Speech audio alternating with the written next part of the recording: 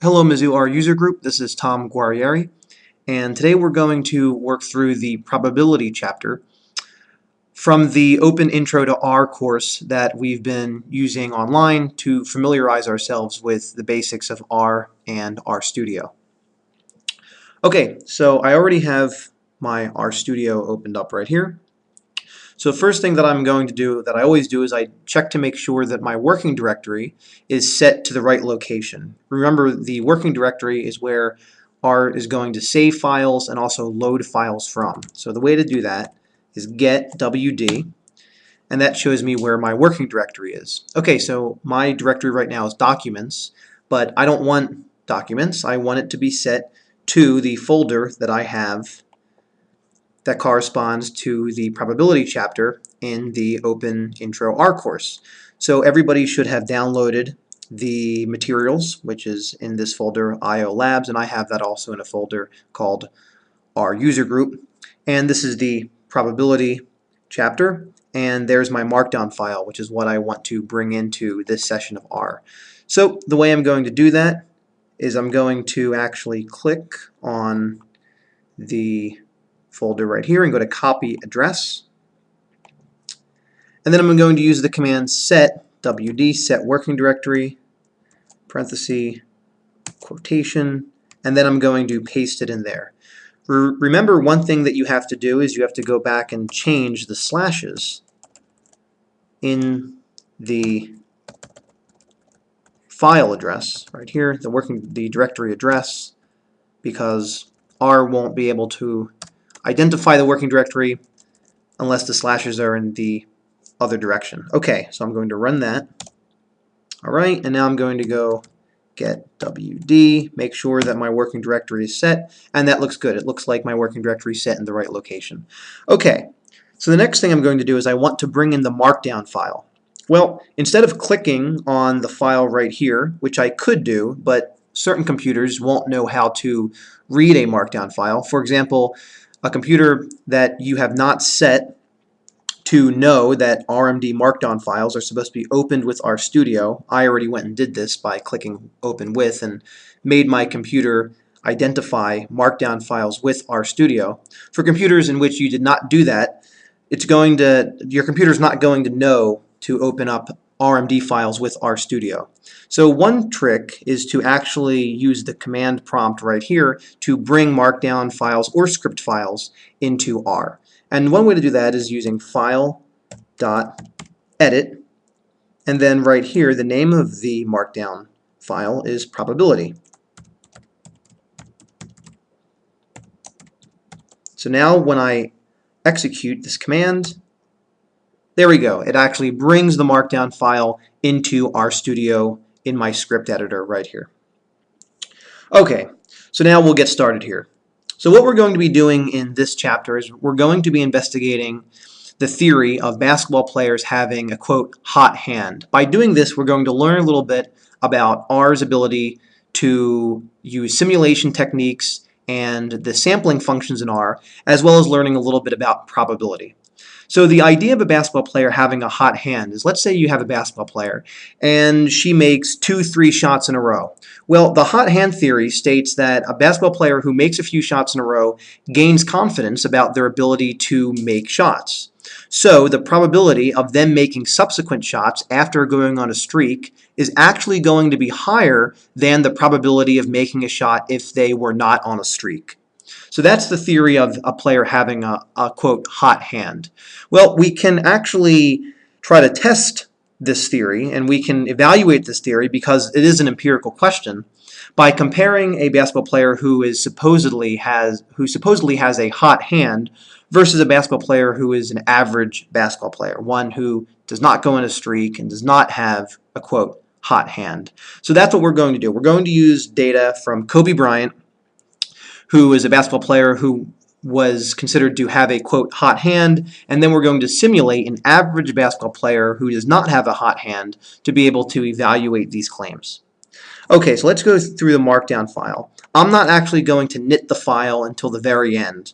I'm just going to actually run the commands in the markdown file, and we'll be able to view the commands here in our workspace and down here in our output in the console. And then at the end, I will knit this into an HTML. Okay, so the first thing in my markdown file is to download the file. Okay, this is an R data file, which is a workspace image, and I'm going to run that command. Alright, let me make sure that it's downloaded in my working directory. There it is, Kobe, that's the workspace image. And then I'm going to load the workspace image using the load function. And there we go, it looks like everything's loaded properly. Notice that I said it's a workspace image rather than a data set, because in R, when you load a workspace, you're not just loading a data frame, which is right here, Kobe, you're also loading any objects that you had previously saved in the workspace in a previous session of R, and you're also loading functions and any sort of other objects that you have in your workspace in the session that you had saved. So this is the data frame, Kobe. We'll take a look at that. Alright, so here are the data. Alright, looks like what we have is the team, the game, this was against the Orlando Magic, the game number, the quarter that he took the shot, the time of the shot, the description of the shot, Kobe Bryant misses a 6-foot running jumper, and whether the basket was hit or missed. So H corresponds to a hit basket, one that a basket in which Kobe successfully made, and then a M corresponds to a missed basket. And then let's take a look in the script viewer of this function calcstreak.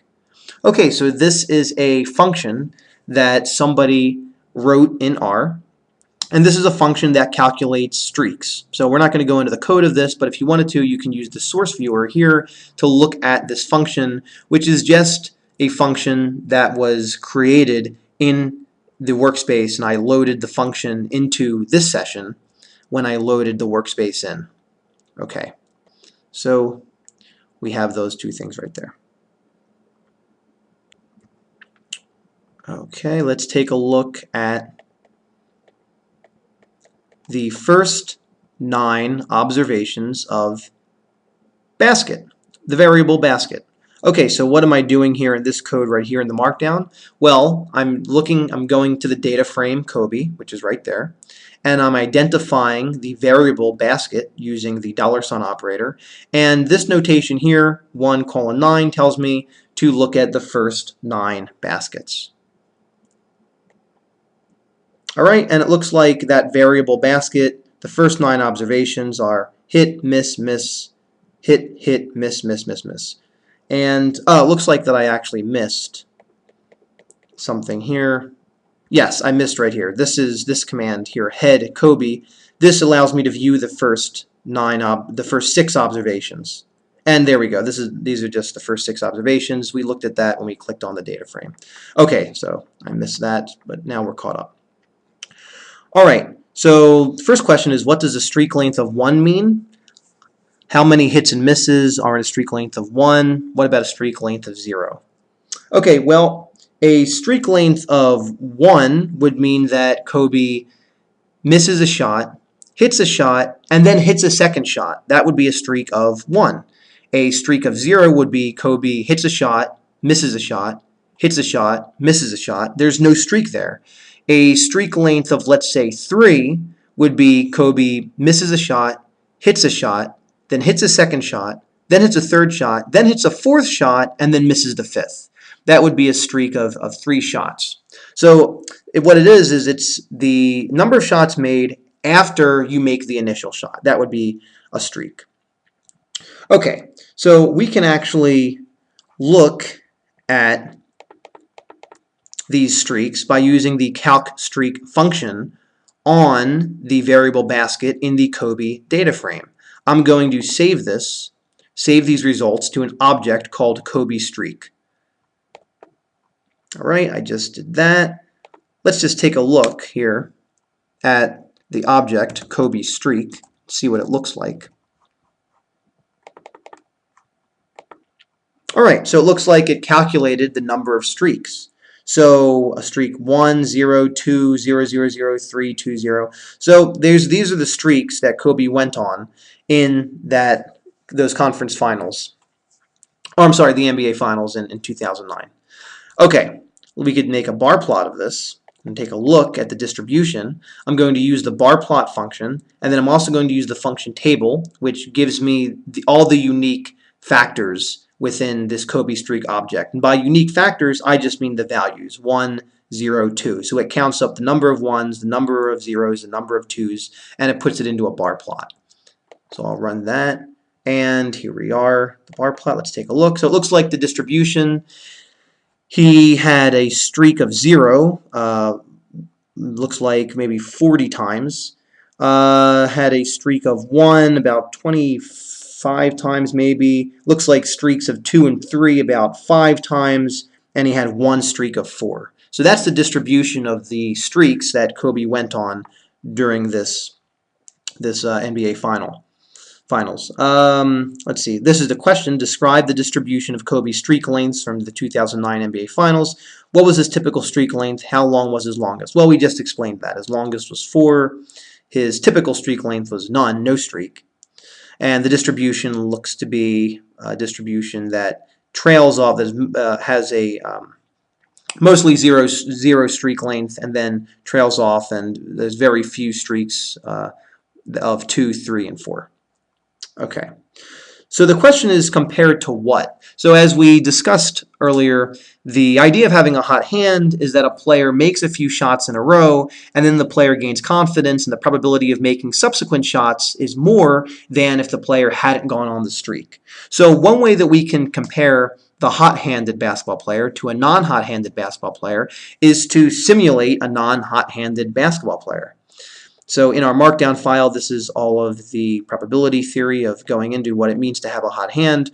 We're not going to take a look at that. You can read that on your own. But what we are going to do is learn a little bit about sampling techniques in R.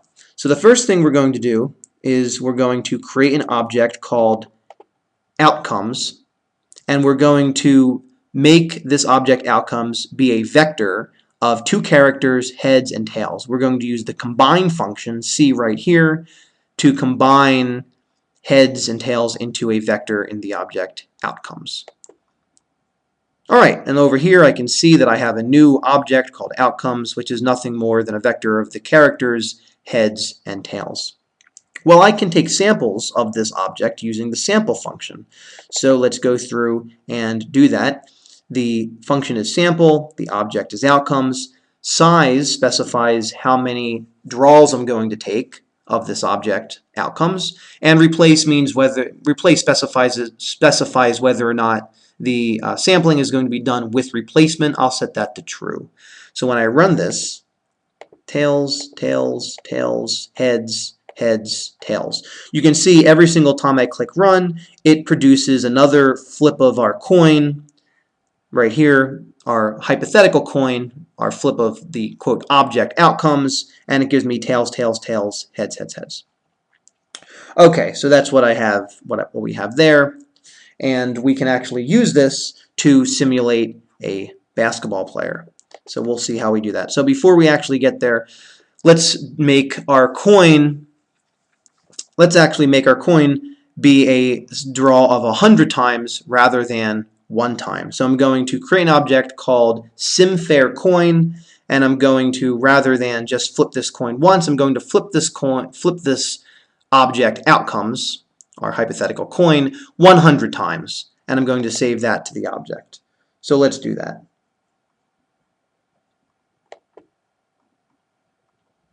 Alright, there we go. Looks like we have that object over here, and it looks like that worked properly. Okay, let's take a look at the object right here, SimFairCoin. I'm going to run this command. Alright, and here we have just 100 draws of heads and tails, which is the object outcomes.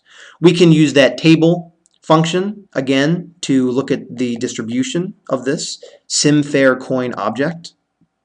And it looks like we have 41 heads and 59 tails.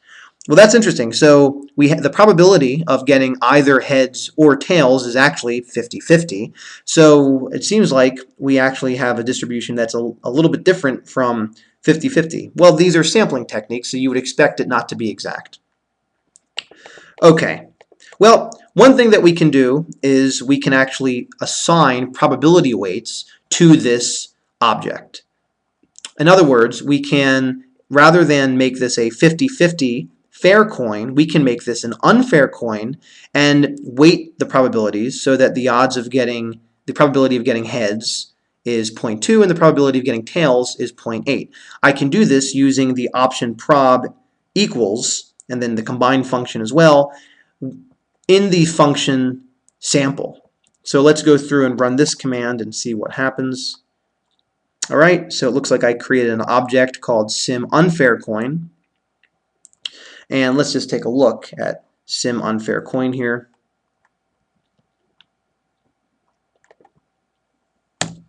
Take a look at the object, see what it looks like.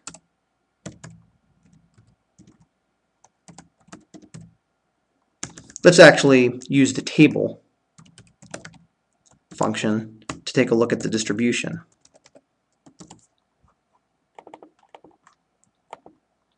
Alright, so it looks like I had 18 heads and 82 tails. Well, that makes sense. I weighted the probability of the sampling of this object this object outcomes, saved the results in SimUnfairCoin, and I weighted the probability as 0.2 and 0.8, and it looks like 18 and 82. We got pretty close to that probability. This answers question number 3. In your simulation of flipping the unfair coin 100 times, how many flips came up heads? Well, 18. Keep in mind, your results are probably going to be different from the results that I'm showing here. Remember, these are sampling techniques, and there's always going to be a level of randomness in the sample. You're not going to get exactly 20, exactly 80. Sometimes you're going to get 18, sometimes you're going to get 22. You might even get 23, 24. You might even get 40. It's possible. It's just not very likely considering the probability. So you're not going to get exactly the same results as are shown here in this session. Okay, so let's take a look here at what we have. If you wanted to, you can take a look using the question mark operator. You can take a look at the function sample and take a look at what the options are available. Here's the replace, here's the prob, and here's the size. These are the options that we specified when we were using that sample function. So if you wanted to take a look at that, you could. And we will move on to actually creating our simulated average basketball player. Okay, so the same thing that we did with outcomes is when we assigned heads and tails. We're now just going to assign outcomes to be two characters, hit and miss, H and M. Watch over here the outcomes object when I run this. Notice that it overwrites the old outcomes object of heads and tails with the new vector of characters hit and miss. Now we can actually simulate baskets. Using the sampling function of outcomes, we can simulate whether or not a basket was hit or missed. Okay, I just did that, and it looks like the basket was missed. When I run this over and over again, you'll notice over here it changes to hit. You'll see that change to H and M. Down here in my output, remember, my output isn't just going to show me what the results are of this sample function because the results are being assigned to this object SimBasket. So what you're seeing is the actual object change what values are, or what items it is assigned to. Okay, so question number 4 says, what change needs to be made to the sample function so that it reflects a shooting percentage of 45%? Make this adjustment, then run a simulation of 133 shots. Okay, well, one thing I want to know, they want 133 shots. Where does 133 come from? Well, over here in our data frame, Kobe Bryant, the quote hot-handed basketball player, had 133 observations, in other words 133 shots. So we want our quote average not-handed basketball player to also have 133 shots. Replacement equals true, I'll keep that the same. And then here I will use that prob, the probability option, to assign probability weights to whether or not a shot was hit or missed. So I want a 45% shooting percentage, so I'm going to assign a basket being hit at 0.45, and I'm going to assign a basket being missed at 0.55. I'm going to run this, and so it's going to overwrite the SimBasket object with the 133 draws of outcomes with these probability weights. Okay, it looks like that worked right there. I now see that I have a vector of 133 characters of M or H. This is my sim basket. I can take a look at the distribution here by using table.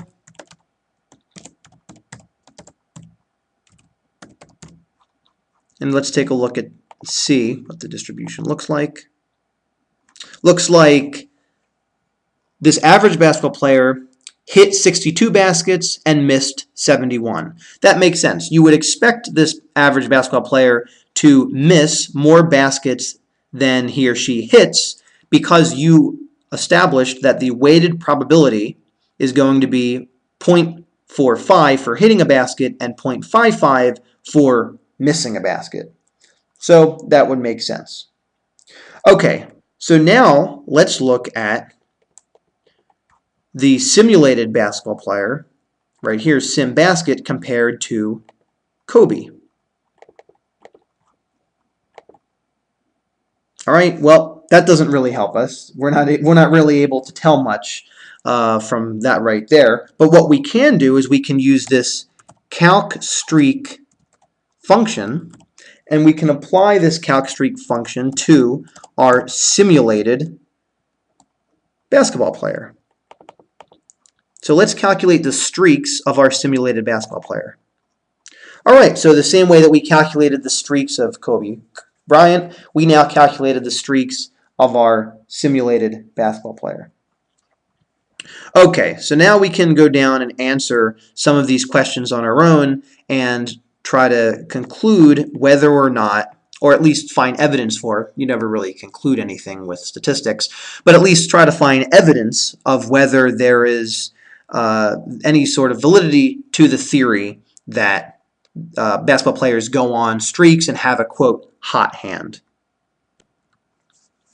Okay, let's take a look at the questions here. The first one is describe the distribution of streak lengths. What is the typical streak length for the simulated non-hot hand shooter with a 45% shooting percentage? How long is the player's longest streak of baskets in 133 shots? Well, we just did that here. So what I'll do is I'm going to copy this and paste it right here so I have it in my markdown file. And I don't need these commands, but this is what I want. And I want to take a look at the sim basket object and calculate the streaks. So I just did it, and I'll rerun it again. So it looks like going through, looks like the longest streak was 4. Okay, well that's pretty interesting considering that Kobe's, oh I'm sorry, right here, 5. Look at this. The longest streak was actually 5, not 4. I totally missed that. So it looks like the longest streak is 5, whereas Kobe's longest streak was 4. But it looks like, just eyeballing this, that most of the streaks were 0. There's a few streaks of 2 in there, but it actually looks like this player might actually have more streaks than Kobe. Well, we'll take a look and see whether or not that's the case by comparing Kobe to this average player. If you were to run the simulation of the independent shooter a second time, how would you expect its streak distribution to compare the distribution from the question above? Exactly the same, somewhat similar, or totally different? You would probably expect it to be not exactly the same because you're using simulation techniques. You wouldn't expect it to be totally different because the probability isn't going to change of getting certain results. You would probably expect it to be somewhat similar because when you go through, you're going to have variation in the probability of a player missing or hitting a basket, but it's not going to be drastically different. The next question says, how does Kobe Bryant's distribution of streak lengths compare to the distribution of streak lengths for the simulated shooter? Using this comparison, do you have evidence that the hot hand model fits Kobe's shooting patterns? Explain. Okay, well, I actually don't need to put anything under that question, but right here I will put some code. Let me delete this. I'm just going to copy and paste it so I have the code here so I can include this in my markdown, my HTML file when I knit this markdown file. what I can do here is I can actually finally compare Kobe Bryant to our simulated basketball player. So I'm going to first create an object called SimStreak. This will be the streak of our simulated player. And I'm going to assign it the results of the function calcStreak. And I'm going to do this for sim, the object SimBasket, which is our simulated basketball player. And then I'm going to create another object called KobeStreak, which is going to be an object that's going to be assigned the results of the function calcStreak on the variable basket in the Kobe data frame. Okay, let me run both of these. All right, looks like those were created. Now, what we can do is we can use bar plots for each player to figure out if there's any real difference between our simulated basketball player and Kobe Bryant. I'm going to use the same command that we used earlier, the same function, the bar plot function, and I'm going to use the table function. We did the same thing a little bit earlier in the session, and I'm going to use these functions with KobeStreak. Then I'm going to also do the same thing with the object SimStreak. All right, so now when I execute both of these commands and run these functions, all right, it brings up a bar plot of both SimStreak and KobeStreak. So SimStreak was the last one that was calculated, so what we're looking at here is SimStreak. There's our streak of 5 that we had in our simulated player, and I can click this arrow here to go back and look at KobeStreak. All right, so there's Kobe Bryant's streak, and there's our simulated non-hot hand basketball streak. Well, the distribution for these looks quite similar. It doesn't really look like there's much evidence that Kobe Bryant actually went on more streaks than our average basketball player, shooting 45%. Actually, if you look at this and compare the number of 0 streaks, looks like that clearly is the mode, 0 for both. You can also see that it's actually our average basketball player who went on a streak of 5 and had 1 streak of 4, compared to Kobe, who just had 1 streak of 4. So there appears to be little evidence that Kobe actually had the hot hand, at least according to our simulated, the results compared to our simulated basketball player who did not have the hot hand. Okay, so it looks like we answered all the questions. The last thing I'm going to do before well, I could save this, but I'm not going to save this because I am actually going to use this for another tutorial, so I'm not going to save all of the changes that I made, but I would highly recommend saving this if you would like to save your markdown file with any changes that you made. But I am going to knit this to an HTML using knit, and we should see the additions that I included down here when I copied and pasted the markdown functions, the tick tick tick R and then eval equals false, to identify that this is going to be included in my markdown file. So let me run that and knit this. It's processing.